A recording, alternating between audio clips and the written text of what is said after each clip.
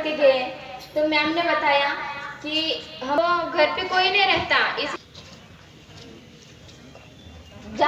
गौतम बुद्ध को जहाँ चल रही थी तब यहाँ पे मिले, तो वैसे ही है ये। तो वो भी प्लेस बहुत अच्छा है। और मैं मेरी मम्मी के लिए कंगन ढूंढ रही थी पर कंगन नहीं मिला मुझे। सब वहाँ पे गौतम बुद्ध का स्टैचू मिल रहे थे। मम्मी के लिए वाराणसी का कुछ क्यों नहीं लिया? वाराणसी का साड़ी, कुछ पर्स वगैरह, कड़ा भी मिल जाता है वहाँ पर, मिल जाता है, कंगन भी मिल जाता है। दूसरे मार्केट में जाना चाहिए हमें, इसलिए खरीद नहीं पाई। अच्छा, हाँ। बच्चों को कहीं जाना था मार्केट तो दिलवाना चाहिए। अभी आप रुके हैं? अभी आप लोग रुके हैं या फिर जा रहे हैं? आज रुके हैं, कल जाएंगे 29 को। तो आज शाम को देखिएगा। यहाँ पे जो हमारे आदिवासी लोग हैं तो उनको पता नहीं कि खेती कैसे करना है, तो उनको थोड़ा मार्गदर्शन करना है। कोई भी किसी का जो होते हैं गांव का या समाज का कोई भी उस सब जलसहिया सबका, जीविका सबका ये रिस्क लेना है, वही लोग का दिलवाना है। पर ये चीज़ नहीं हो पा रहा है ये हम लोग का गांव। और विशेष करके स्कूल बहुत ज़रूरी है। आज का डेट में बच्चों को शिक्षा देना बहुत ज़रूरी है। पढ़ेगा लिखेगा तो कुर्सी में बैठेगा और नहीं तो हल चलाएगा। वो एगो कहावत है जो हमारे पूर्वजों ने पहले बात कर रहा था, पढ़वा लिखवा बाबू तो नौकरी करवा और नहीं पढ़वा लिखवा तो हम ये लखे हार जोतवा, ऐसे कह के बोल रहे थे। इसलिए आज का डेट में स्कूल जरूरी होना चाहिए। और स्वास्थ्य के लिए भी जाना पड़ता है लोहरदगा, इमरजेंसी कुछ भी हो जाए यही दूर लोहरदगा ही जाना पड़ता है मेडिकल जांच उसके लिए। और क्या बोले, और यही मकान का जैसे हमारे तरफ भी पहाड़ इलाका है बगड़ू, और जैसे उधर सरंगदार, हरापाट और जहाजी टाइल, लावा द्वार उधर भी देखते हैं आप। अभी तो कुछ विकसित हो गया है, कुछ अभी पहले से अभी कुछ सुधार हुआ है। तो वो लोग के लिए भी चाहते हैं हमेशा जंगल में ना रहे, वो लोग का भी कुछ ध्यान देना चाहिए। सड़क बस बना है और अभी घर भी वही झोपड़ी झोपड़ा जैसा घर है। बरसात में सबका घर में पानी चूता है।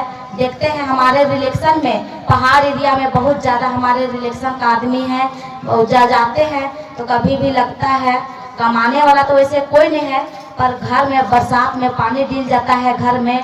और सभी को ऐसे गांव में मिलजुल कर साथ देना चाहिए। हमारे जैसे मुखिया हो, वार्ड हो, जैसे जिला परिषद हो, तो ऐसे हम ही लोग को बोलना चाहिए। हम लोग भी बोलते हैं कि सरकार को कुछ हेल्प करे। अभी तो कुछ हेल्प कर ये दे रहे हैं, पर और ज़्यादा बस मकान को बस मिट्टी का घर नहीं रहना चाहिए, सबका पक्का घर हो जाए तो बहुत खुशी का बात है।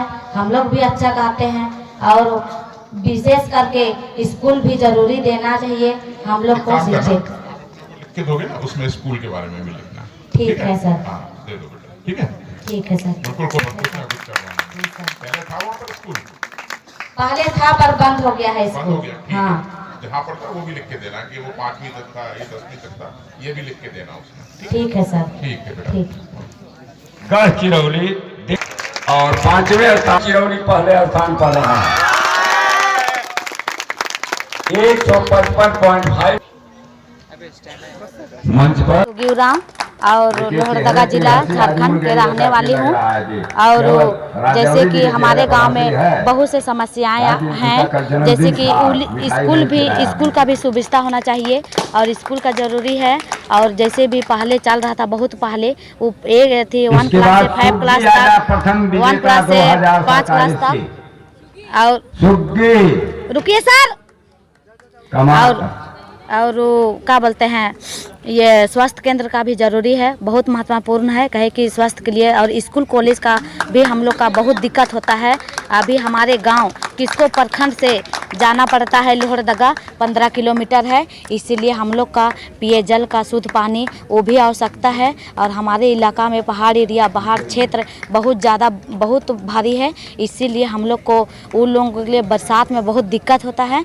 तो उन लोग के लिए कच्चा मकान से पक्का मकान का होना अनिवार्य अनिवार्य है, ज़रूरी है। और हम यही दुआ करते हैं हमारी सरकार से, और हम लोग का जो गांव घर का जो सबको को सहायता करना चाहिए, सभी को साथ देना चाहिए। ये तो जो पहले का जो जैसे आ रहा है वैसे तो चल रहा है, अभी जब सरकार का भी डेवलप होते जा रहा है, बहुत कुछ राज दुनिया आज दिन तार बदलते जा रहा है, वैसे बदलना चाहिए। और कैसा लग रहा है नेहरू युवा केंद्र के इस कार्यक्रम में भाग लेकर, कैसा लग रहा है? बहुत अच्छा लग रहा है। ये 15वां आदिवासी युवा आदान प्रदान कार्यक्रम में बहुत अच्छा लग रहा है, बहुत जबरदस्त अच्छा चीज़ देखने को सीखने को मिल रहा है, और बहुत खुशी। और हमको भी ये मंच में चढ़ने का बहुत बार मौका मिल रहा है, बहुत खुशी की बात है। हम बहुत थैंक यू, जोहार, नमस्कार, जय झारखंड।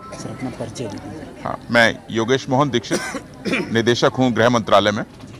और ये जो कार्यक्रम यहाँ पर आयोजित हो रहा है, ये पिछले 14 साल से हो रहा है और ये 15वां कार्यक्रम है। इस कार्यक्रम में जो नक्सल प्रभावित क्षेत्र हैं, जो माओवादी प्रभावित कह लीजिए या फिर वामपंथी उग्रवाद प्रभावित क्षेत्र हैं, उन क्षेत्रों से जो वहाँ पर बच्चे हैं उनको हम अलग अलग जगह पर लेके जाते हैं। और अभी से कुछ समय पहले तक ये पूरे भारत देश के अंदर 10 ऐसे स्थान थे जहाँ पर कि हम बच्चों को लेके जाते थे।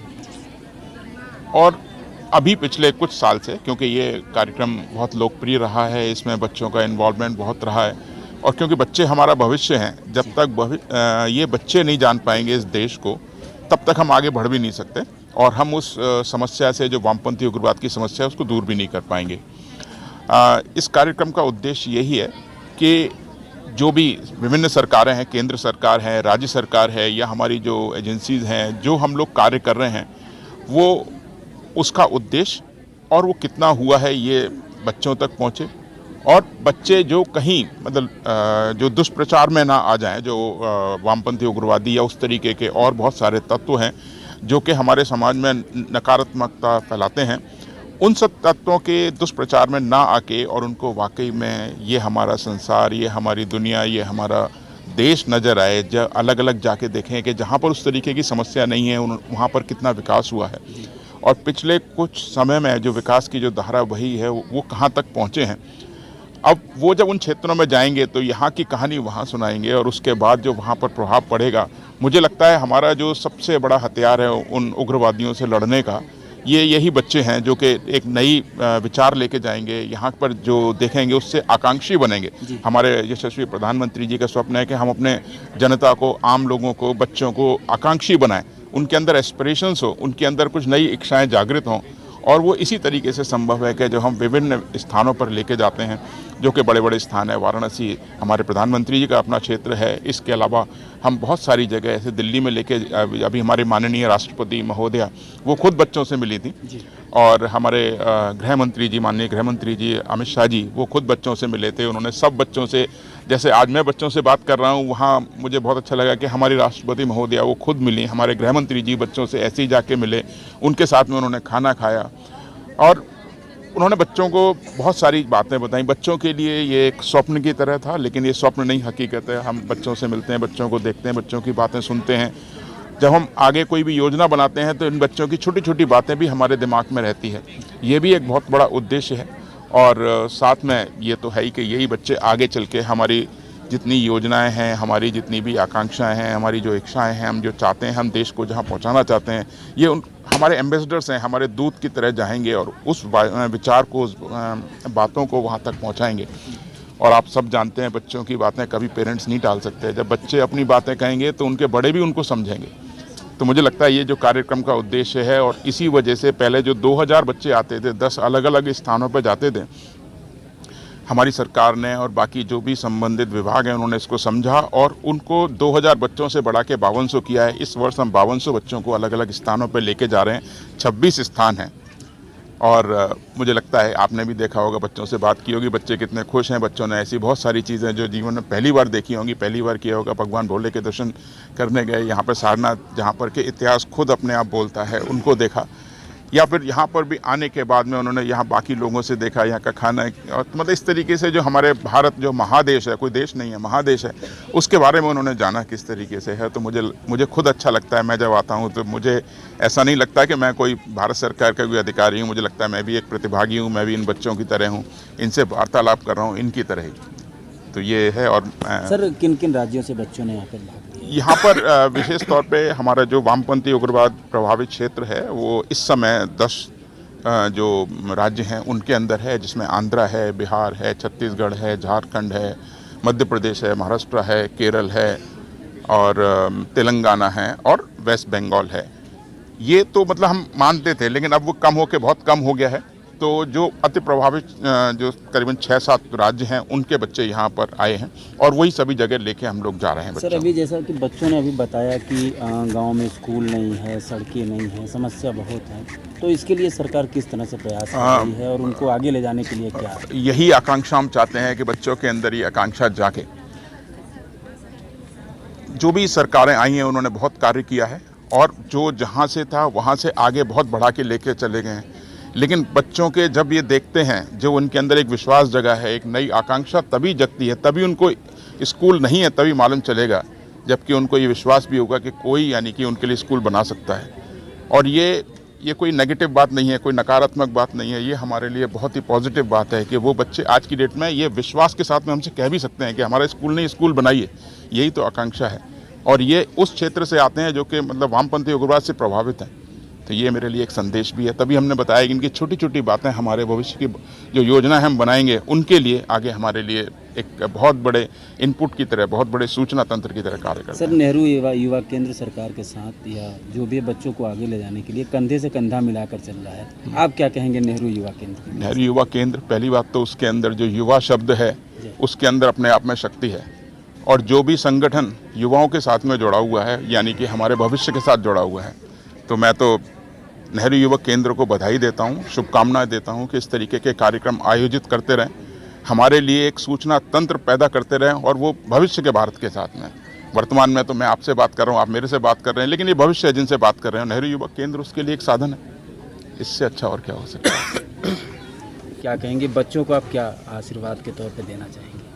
हम अपने गुरुदेव के साथ इस समारोह में, इसके उद्घाटन समारोह में सम्मिलित हुए थे, इसलिए यही भाव था कि आज समापन है इनका, हम इनके बीच में उपस्थित हों और मुझको भी बहुत प्रसन्नता है कि इस नेहरू युवा मंच से बच्चों को एक उत्साह दिया जा रहा है और ये बच्चे आने वाले भविष्य के हमारा भविष्य हैं, इसलिए इनके ऊपर जो भी शिक्षण का कार्य हो रहा है अति प्रशंसनीय है और इनके भीतर हम चाहेंगे कि सुंदर संस्कार जाए जिससे कि हमारा देश बलशाली हो, पुरुषार्थी हो और हमारे देश का गौरव बढ़े। इसी भाव के साथ अपने वाणी को विराम देते हैं।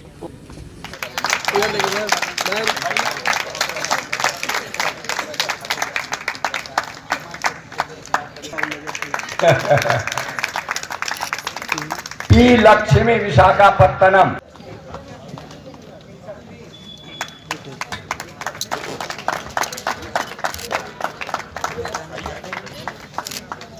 ये द्वितीय विजेता हैं सर जी, बहुत बढ़िया बोला इसमें, 1.5 अंक ही चल कम है।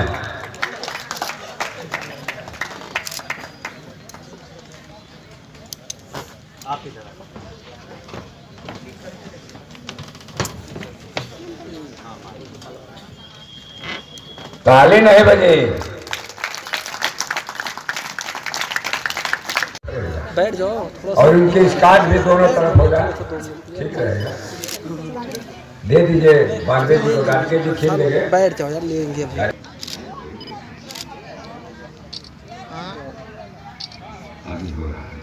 क्या कर रहे हो?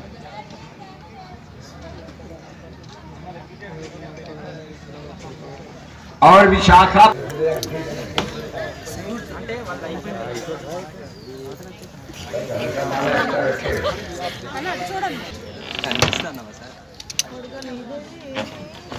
प्रधान जी का बड़ा सहयोग रहा भाई, महसूस नहीं हुआ क्या प्रधान जी हम लोग के बीच में। की लक्ष्मी बढ़ जाओ ना यहाँ साइड में। आप भी आ जाओ। हम भी टेढ़ा है ना, याद करते करते पढ़ता था तो भूल जाएंगे।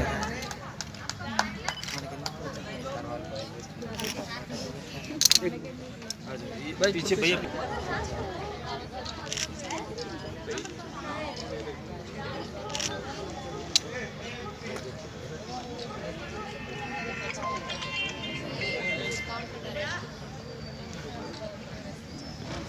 जोरदार तालियां, जोरदार।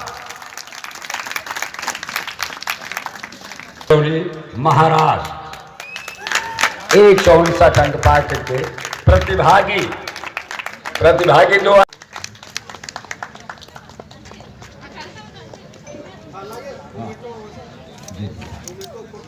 प्रथम विजेता जी मंत्री जी आ चुके हैं, बड़े